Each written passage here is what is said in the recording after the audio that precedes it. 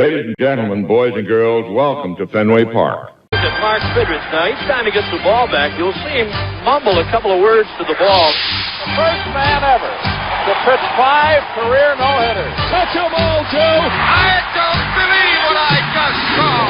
And it's another chance for Mitchell, and he makes a bare-handed catch. Ricky goes, a pitch hit, and he's going to have it. Leaps high in the air, and he's got it. An incredible catch by the kid. And let it be said that number 8, Cal Ripken Jr., has reached the unreachable star.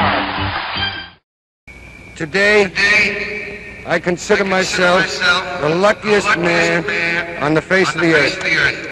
Now, ladies and gentlemen, boys and girls, we invite you to rise. We invite you to rise. Hey fans, welcome to the Daily Rewind. My name's Tom Hannon and I'm your host. The Daily Rewind is brought to you by thisdayinbaseball.com.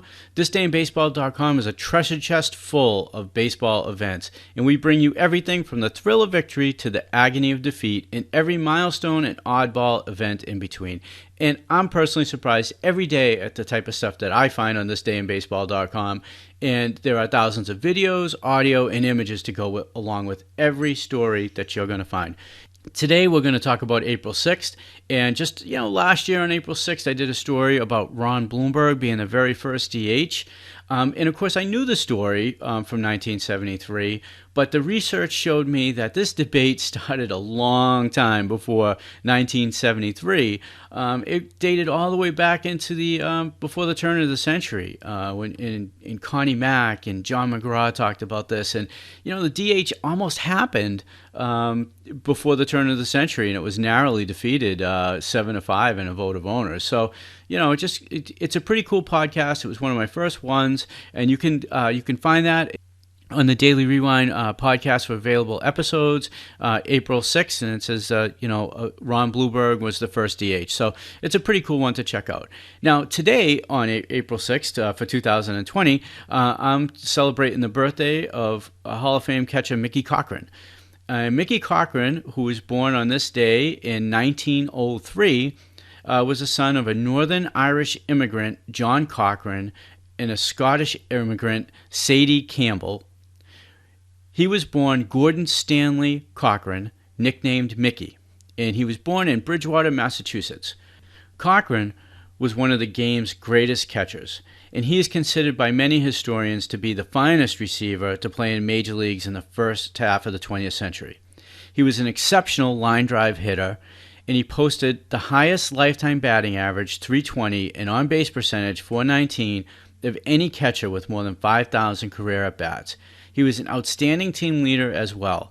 Cochrane played for 5 pennant-winning teams, 3 World Championship squads in his 13 Major League seasons. He helped lead Connie Mack's Philadelphia A's to 3 straight pennants and 2 World Championships from 1929 to 1931. Now, I will say that, and when you look back on that 29 through 31 run, it's amazing it's not talked about more of how good those Philadelphia A's teams were. They were amongst the best in the history of the game, and they don't get talked about much, and they really easily could have won 3 straight World Championships, and the only reason they got taken apart was because of money. The Depression really hit the A's hard, and Connie Mack ended up selling off a lot of those players, but there was just a fantastic run by the A's. Now, Cochrane was one of those players who got sold off, and he went to the Detroit Tigers. Themselves had back-to-back pennants in 1934 and 1935, and they won it all in 1935. And Cochrane was also the team's player manager. He wasn't just a catcher. And he will gain Hall of Fame honors in 1947. Now, on today's podcast, I'm not going to bring you Mickey Cochrane talking, but I'm going to bring you something that's pretty cool, which is the highlights from Game 6 of the 1935 World Series that the Tigers finally won their first World Championships.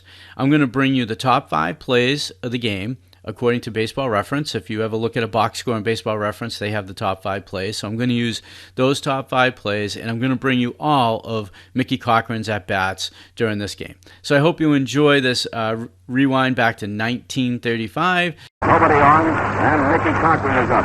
Batting 2-11. Left hand hitting, first pitch is low, ball 1.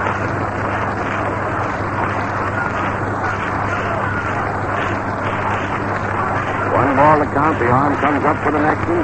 That's right through the middle. Fell high. So it's called strike. Now the count is 1-1 on Mike. 1-1 with one out. Nobody on. The Cubs fail to get a runner on in there. Turn it back. Cochrane hits one into left field. It's dropping safely in front of Augie Galan for a single. The first hit of the day's ball game. Credited to manager Mickey Cochrane of the Detroit Tigers when he slapped one out in the left field for a single. With one man out and Stanley Gehringer up. Stanley Gehringer up. So here we are in the top of the third with the Tigers up 1-0, and Billy Herman's about to come to the plate with a man on first and third. Bridges is ready. Looks around. Here's the pitch. Herman lined a hit over Gehringer's head into right.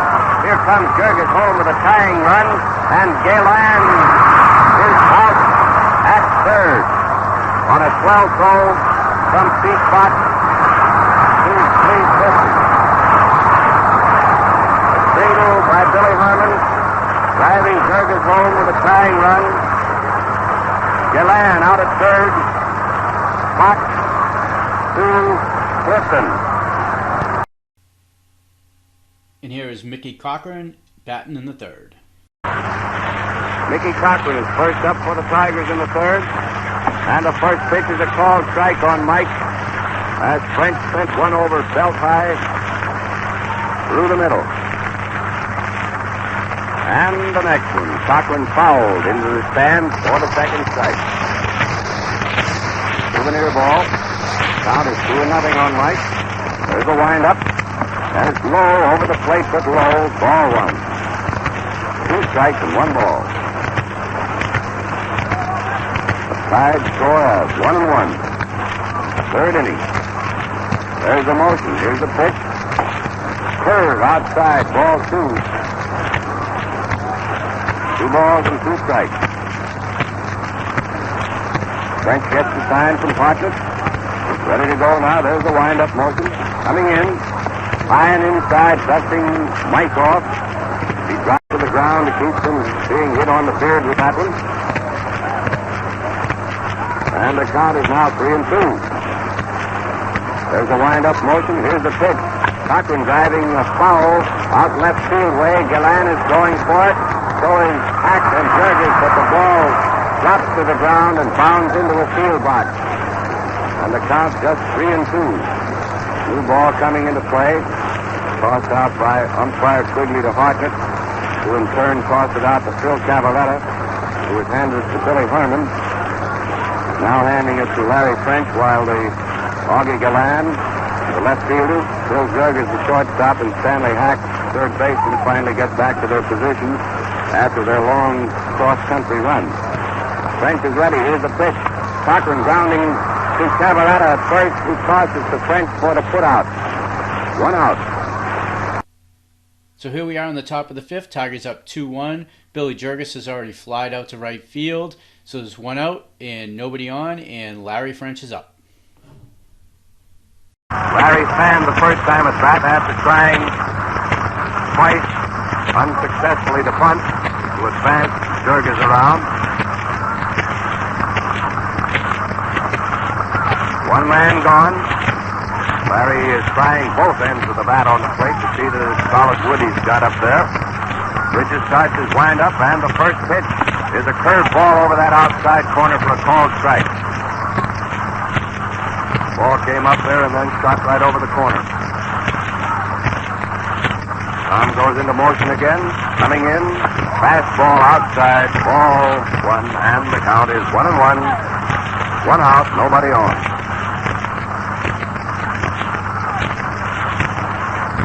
There's the wind-up motion. Here's the pitch. And it looks like a hit. It is a hit out into right field on the ground between Gehringer and Owen. For a single for Larry French. The 6th Cub hit. And that makes the hits all even again. 6 apiece. It's quite a ball game, boys and girls. Don't think it isn't. Runner on first. 1 man out. And Augie Galan with 1 hit and 2 times at bat is up. Hits him from the left side, and the pitch is low and inside to a left-hand batter. Ball one. Tommy nods his head. He's satisfied with what Mike is calling for him to pitch. And here it is. It's a fast inside ball. Ball two. Galan dropping to the dirt. To keep from taking one in the ribs. And the count is 2-0. There's the stretch. Pitching from the shoulder with a runner on base. Strike called. He got the inside corner with a knee-high pitch that time, although Augie does not believe the pitch was where umpire Quigley saw it. And, of course, he's giving the umpire a bit of an argument while the crowd does a little blasting, which the crowd is entitled to after paying the admission charge always. Foul strike back against the netting. Took a real cut at that one, and the count is 2-2. Umpire Quigley dusts off the plate, and it is spotless. 2-2. One man out. French on first. And Frenchy Galan is the batter. Bridges is ready. Here's the pitch. He's fouled one off the end of his bat. Going over to the Tiger dugout. Manager Charlie Grimm, coaching at third, watched it roll over. Eldon Ocker receiving it. Tossing it out to umpire Moriarty, who examined it. He found the ball was a little bit lopsided, having connected with the end of Galan's bat. The count is 2-2, and Bridges pitching a new ball, which is a called third strike. Cochrane dropping it. Ball was right through the middle. Even Mike was surprised it was so straight. Two men out. French on first, and Billy Herman with one hit and 2 times at bat is up.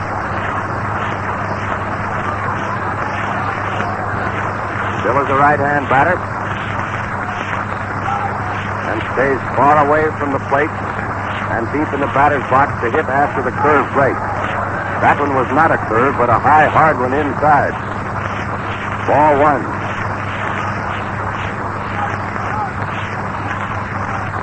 Two men out, a runner on first. Ball one is the count. Bridges ready, and a slow curve a little high. Ball two. 2-0. Tommy blows on the meat hand so he can get a better grip on the apple. Steps up on the rubber again. Has the sign from Cochrane. Mike is holding up the big mitt for the target. Here's the pitch. Another high fast one, ball 3, and he's behind the batter 3-0. One man out. French on first. Two men out, rather, and French on first. Strike called. He just aimed that one. There was nothing on it. Pitch came right through letter high. Count is now 3 balls and 1 strike. And Bridges is ready to deliver the next pitch. There's a drive that's going out into left field, going way out in the bleachers over the screen for a home run, putting the Cubs in the lead as French shots home ahead of Billy Herman. That makes the score 3-2 in favor of the Cubs. He leaned against that fastball with a count 3-1, and it was a line drive over the screen, which is 20 feet high, in front of the bleachers in left field. All right, here we are in the bottom of the 6th, 3-2 Cubs. It's already 2 men out in the bottom of the 6th, and Billy Rogel is facing Larry French.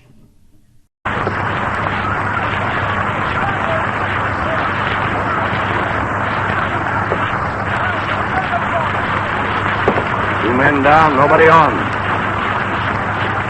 And the first pitch is driven into left field. It's going close to the foul line. It's inside, however, for a ground rule double. A ground rule double deep into the left field corner. Dropped just inside the foul line, and a fan reached out from one of the boxes there to make a grab at it. The ground rule double deep in the left field corner for Rogel. 2 men out, and Marvin Owen is up.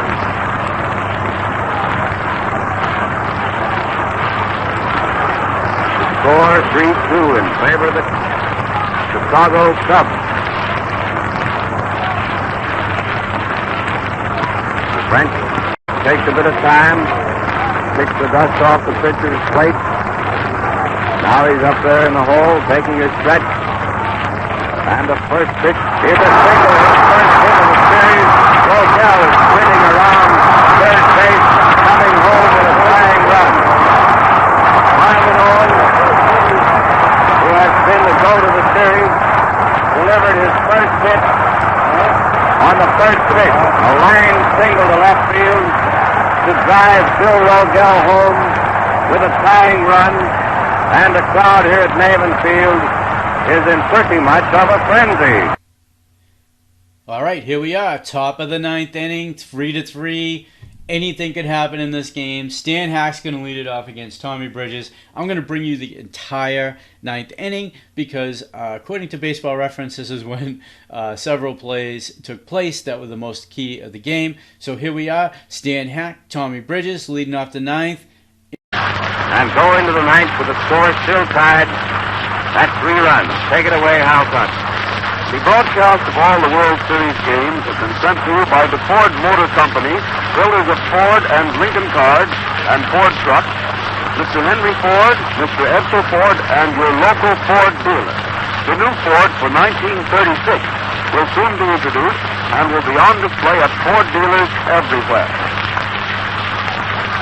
Well, in that 10th, 8th inning, both teams started out identically but finished up a little differently, although neither scored. In the Cub half, Hartnett opened with that single to left, but was cut down on the front end of a double play, Demery being the second out. Cabaretta then struck out. In the Tiger half, Fox opened with a single to right, sacrificed the second by Walker, then Rogel struck out. Owen was perfectly passed, and Bridges was called out on strike, ending that inning. The score still a tie, 3-3, and here's the big ninth and closing tie. Stanley Hack is first up for the Cubs. He's had a double in 3 times at bat. And the first pitch is low and inside. A left-hand batter. Ball 1. Bridges starts his windup. Here's the next pitch. It's hit out into center field deep over Walker's head. And that's going for 3 bases or possibly a home run inside the park. The relay is coming into Gehringer. And it's a 3-base hit opening the 9th inning by Stanley Hack. The Cubs' third baseman, deep in that center field corner, high over G. Walker's head. That ball was tagged plenty. The Cubs ought to get a run here. Runner on third and nobody out, opening the 9th inning. The next man up is Bill Jurgens. 1 hit in 3 times at bat. Infield playing in, of course, to cut this run off if possible. They call strike on Jurgens. Bridges curving one over the outside corner.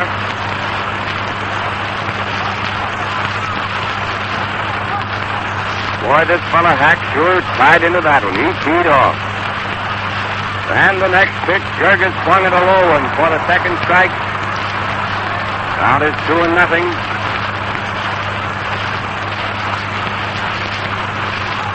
Two and nothing. Nobody out. And Hack on third. Bridges gets the sign from Cochrane. Gets on the rubber and starts his windup. Here's the pitch. Swinging strike 3. A curve which broke away from him. 1 out in the 9th. And French is up. Larry French, the pitcher. He's coming up there after getting a bit of rosin on his hands. The better to grip the bat. He's had 1 hit and has fanned twice.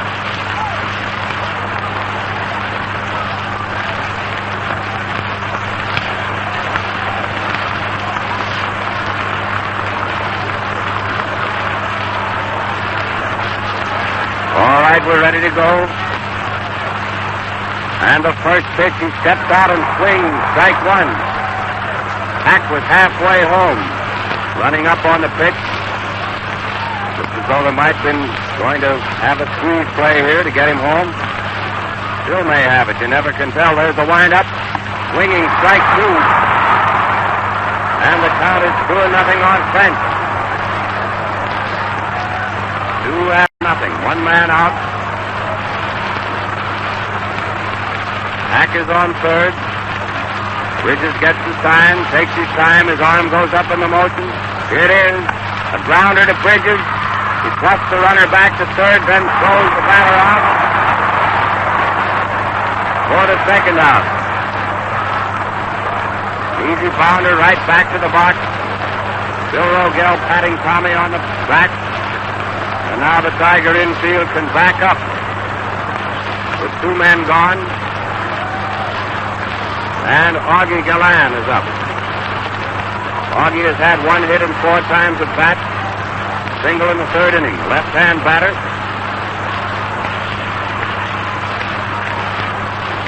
And Mack is still on third. With his arms folded now. Here's the first pitch to Augie. Almost a wild pitch. Cochrane saving Bridges by making a great stop of that ball which hit just in front of the plate. Mickey staggered all over the plate, kicked dirt on it, and umpire Bill Quigley has just dusted it off. 1 ball.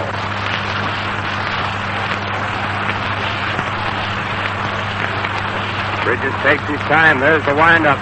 And here's the next pitch. A drive into short left field. And Goslin comes in for the catch.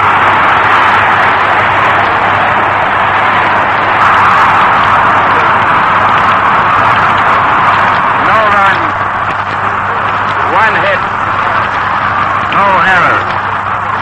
Mack opened that inning with a long triple over Walter's head into deep center field and remained on third base while Bridges fanned Jurgens.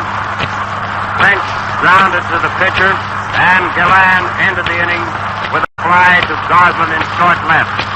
With the score still tied at 3 runs, and we pause for station identification. This is WMAQ, the Chicago Daily News Station.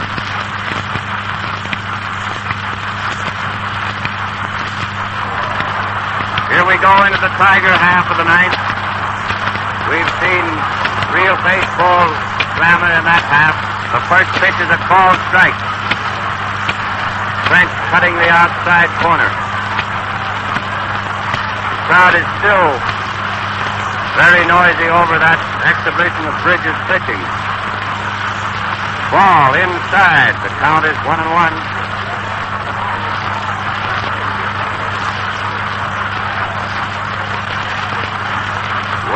One on Clean Clifton leading off in the Tiger half of the ninth.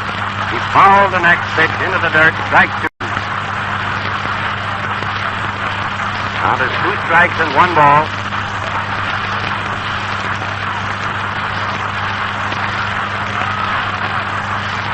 Two and 1. French starts his wind-up for the next pitch. Outside and high. Ball 2. 2-2.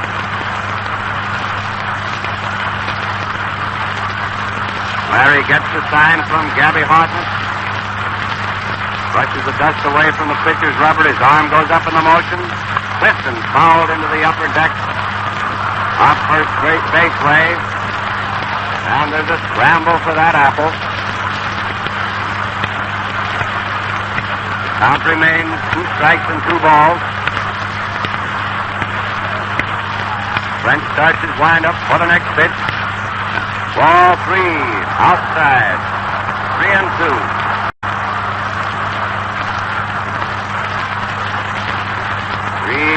Two is the count. There's the windup. Here's the pitch. Clifton struck out to open the ninth for the Tigers. The 7th strikeout for French. Twice he's gotten Clifton.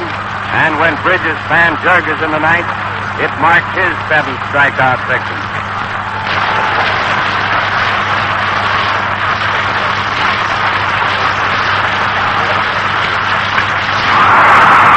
Next man up, Charlie Gehringer hits a single off Billy Harmon's glove down near second base.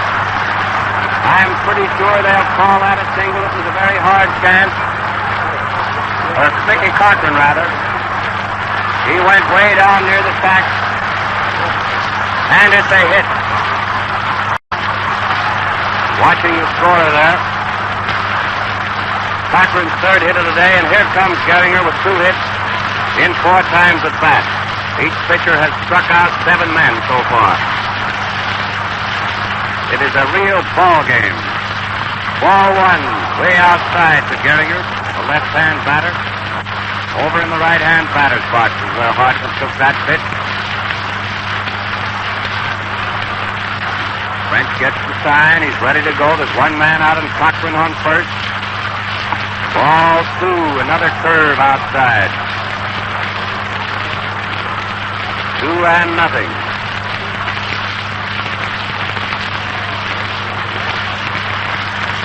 2-0 on Gehringer. The Cubs have 12 hits and the Tigers 11 so far. There's the stretch.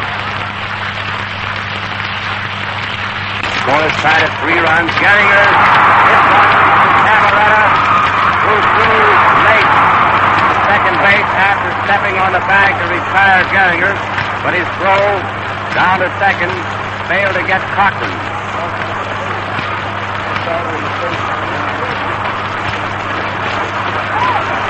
Cochrane is on second with 2 men out. Gehringer out at first. Cabaretta unassisted. On a hard smash down the first baseline. Still knocked the ball down, then picked it up. Stepped on the bag and threw to second base, trying to get Cochrane. Vick is in there safely. And Bruce Gosling is the batter with 2 men down in the 9th. And the winning run on second. Bruce will be given a pass, I imagine. Can't tell yet, but I think Gabby motions that way. Pulling Augie Gallan in a little bit in left field. Maybe they'll pitch to the Goose. He hasn't gotten one out of the infield today. We shall see in just a moment. French, after getting ready to pitch, steps off the rubber a moment. Cochrane taking a lead. All right, we're ready to go. Here's the pitch. Gosling following that first one down first baseline. Strike 1. They're pitching to him. There's no walk here. 1 strike on Leon Gosling. Crowd is in a continuous uproar.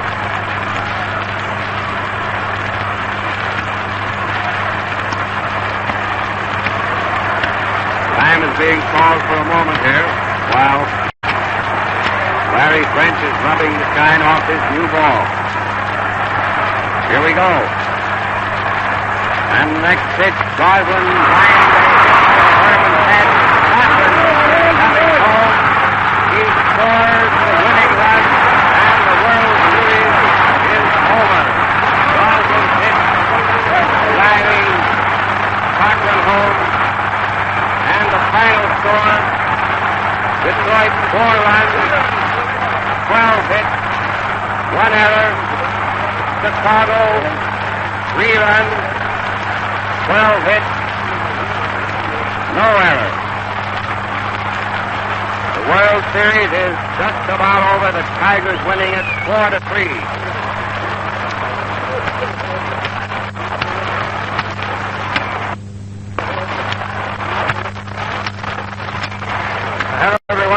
This is Coach Carter, and the place is just absolutely gone mad. That was the most astounding thing. And the last hit went all the way out, went over the center fielder's head, and the winning run came right over home plate, and the stand just went completely crazy. Paper fluttered down. The umpires didn't even bother to say. They just began to run before even the ball had hardly got to the ground. The paper is beginning to litter all over the place, just like snow, shall we say. The crowd is rushing right down here in front of me. Most men, women, and they're all crowding around the Tigers dugout. It looks like a complete mad mob. I'm trying to lean over the press box here. It's like on the very edge of a cliff, looking right down on top of everybody else. And my 2 assistants, Hal Cotton and Ty Tyson, have gone down to the dugouts of these 2 teams to try and see if they can't get these boys on the air for you. But nevertheless, I've never seen such a crowd. Have you ever been like a child on the beach in the sand, and you build up a great big pile of sand and you dam it up with a little wall? Then you break the wall and you watch all the sand flood right out onto the level space right in front of you. Well, here are all these people flooding out from that great enormous sand into the left field bleachers. Color, green, pinks, reds, brown, everything you can possibly think of. They're walking all over the place. They're walking little tiny figures. Have you ever played with toy soldiers and you move them all over the ground and you have little green patch of ground and you've seen all these people flooding to one spot? Well, they're all making out of this one stand and racing down here to the Tigers' dugout, who have brought for the first time in the history of baseball, of Detroit baseball anyway, a championship since 1887. And think of what this town is going to be tonight. It's the most amazing thing that you've ever seen, and of course you've listened to the game, but the tension has been terrific. It's been a ding-dong battle all the way. In the first inning, Detroit 1 run.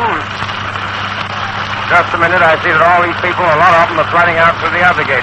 Some people are going out there, they think they've had enough. But first of all, Detroit got 1 run. And then in the third inning, Chicago tied that up. Now that was 1-1. And then in the fourth inning, I'm reading from the scoreboard, Detroit got another run. So that made 2-1 in favor of Detroit.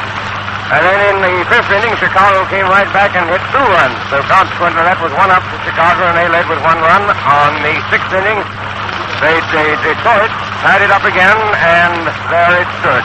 Even until this extraordinarily, very, very dramatic ninth inning. Let me read you this.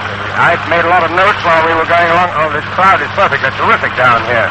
They're just milling and shoving and trying to push their way into the Tigers' dugout, but there are police down there. They're trying to hold them back. And there are people even standing on the roof. There's one man trying to climb in upside down from the roof. And there are women walking there, too. There's just one man trying to help a woman to get over the top. But there doesn't seem to be much success, and the crowd is dividing part of its time between watching this woman trying to get back again and the players, 1 or 2 of them.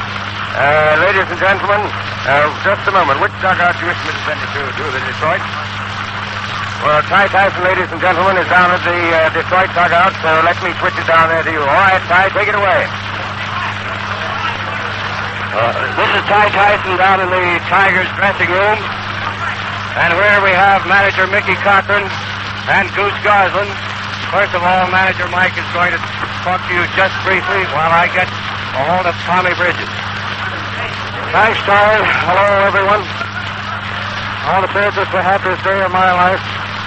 It's probably the most sensational and thrilling World Series that's been played in some time. It certainly was the greatest thrill of my life when I stepped across that home plate with old Goose, a wild boy from Salem, New Jersey, singled to right. Thanks. I want to congratulate Charlie Grimm and his Cubs. They have a great ball club, and it was a real championship series. Here's Goose Goslin. Thank you very much, Mickey. Here's Goose Goslin, who drove Mickey across with a winning run, a $2,000 run. Hello, folks. The Cubs are a great ball club, and I was more thrilled in this game. I think I felt like everything depended upon winning this game. And the Cubs is a good young ball club, and everybody said they weren't so hot, but we found them very hot. Thank you. Thank you very much, Goose Goslin. Tommy Bridges is coming up here right away, the winning pitcher who won both the games that he started in this World Series for the Tigers. Here he comes with Hal Totten towing him up, smoking a cigarette. He's in his undershirt, but he's very happy to want to say something, Tommy. Hello, everybody. Everybody's pretty happy around here right now. Okay. There's entirely too much confusion going on here for anything more. The boys are starting their pennant-winning and World Series-winning jollification. So this is Ty Tyson turning it back upstairs to Bob Carter. Well, here we are back again upstairs in the press box, and thank you, Hal, and thank you, Ty. Ladies and gentlemen, I think that I would like to add my word, if I may, to the extraordinarily good work done by Hal Totten and Ty Tyson. And may I send this report once again back to Hal Totten, who's got something else to say to you. Take it away, Hal.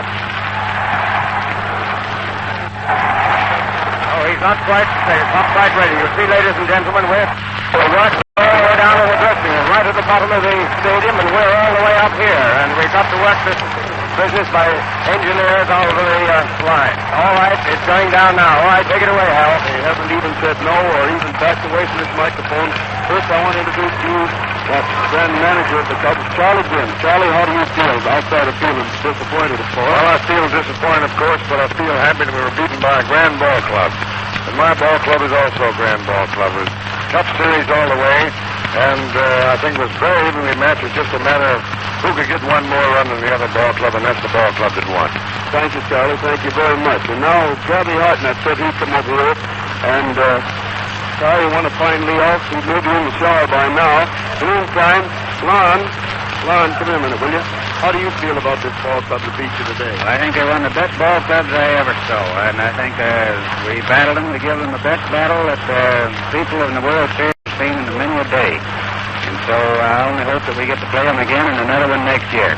Well, thank you, Lon Warnicki. And here is Gabby Hartnett, the captain of the Cubs. Leo, what have you got to say about this? Well, folks, you know, anybody hates to lose, and I'm a tough loser. But you got to give the Detroit Tigers a world of credit because they're a great hustling ball club. And also a world of credit to their leader, Mickey Cochrane. Thank you, Leo. Thanks a lot. I would like to get Larry. I know Larry Pence feels terribly about it all. And I'd like to get Billy Herman tapped. We're trying to round him up. The Cub players are mostly around here in the mood, as we might say. Several of them waiting around the rubbing table, and Dr. Andy Lotshaw is rubbing one of them. Here's Billy Herman over here. Bill, come here a minute, will you? Billy Herman's the boy that hit that home run that shoved the Cubs ahead today, and they held that lead for a little while. Bill, how do you feel? I think the Detroit Tigers are a good ball club, but I think they beat a better ball club. That's the old scrap and spirit that keeps them going. And I don't know if Larry is still over there in the showers or not. Larry is in the showers. I know he doesn't feel much like talking, but sometimes they'll come over and do that. Woody, come here a minute, will you? Here's the captain of the Cubs, Woody English, the boy who is captain and yet does most of the backing up. He's the boy that fills the holes when they come. What do you got to say, Woody? That was a great series. I think the team that got the breaks won. Pretty evenly matched, both of them. Thank you. It was a great series, wasn't it?